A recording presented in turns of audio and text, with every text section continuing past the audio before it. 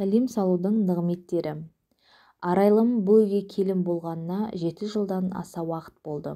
Келген жері өте жақсы отбасы еді. 60-қа жақындаған атасы мен 50-ді еңсерген енесі түсінігі мол жандар еді. Арайлым қалаған уақытта ұйқыдан тұрып, қалаған киімін киіп, қызындай жүрді. Арада 7 жыл өткенде қайнысы үйге алыс бір облыстан келін әкелді. Өзінен 8 жас кіші қызға абысын болды. Келіннің есімі Бибігүл еді.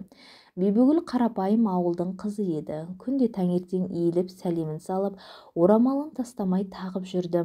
Мейірімді келінге Арайлым бір аптадан соң оңаша отырғанда болды. Енді қонақтардың аяғы басылды. Орамалыңды тастап, сәлем салмасаң да болады. Негізі бізде сәлем салмайды. Тым ерсі көрінеді. Мамадан пападан рұқсатын алып берем деді. Келіні жымиып, жоқ жеңеше, мен сәлем салсам үлкендердің батасын аламын ғой деді. Айтқанына көне қоймаған соң, гүл болмасаң бүл бол дегендей үндемей қоя салды. Арада бірнеше ай өтсе де келін сәлемін үзбеді. Алғашында үрке қараған ағайындар көп жаса келін деп көздері үйрене бастады. Бір күні келіннің төркінен суық хабар келді.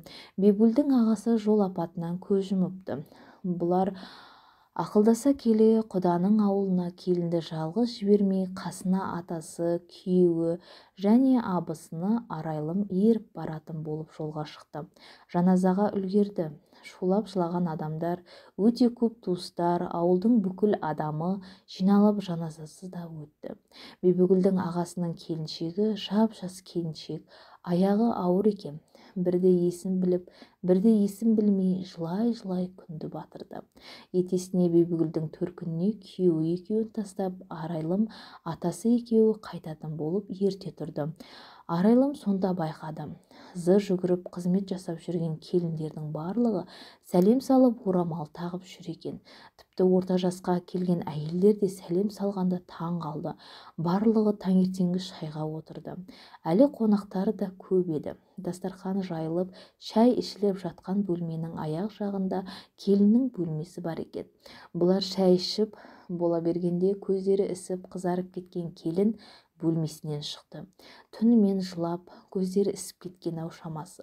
Шыға сала шай ішіп отырған көпшілікке сәлем салды иіле.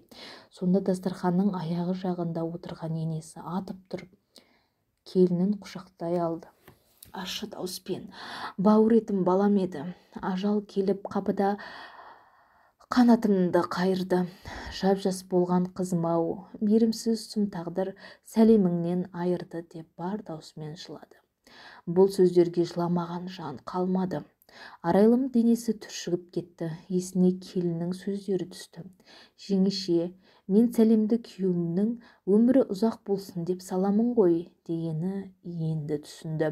Жол бойы ойынан құдағиының ащы даусы кетпеген Арайлым үйіне келе сала енесіне сәлем салды. Енді үнем салайыншы мама деп енесін құшақтап жылай берді. Амандасудың, сәлем берудің нығметтері қайда жатыр десеңізші. Біздің қазақтың тәрбиелік салт-дәстүріне не жетсін шіркін. Достар, менің каналыма тіркеліп және қоңыраушаны басып қойыңыздар. Өзіңізге ұнайтын кітаптың аудиосын тыңдағыңыз келсе, комментарийға жаза кетіңіз.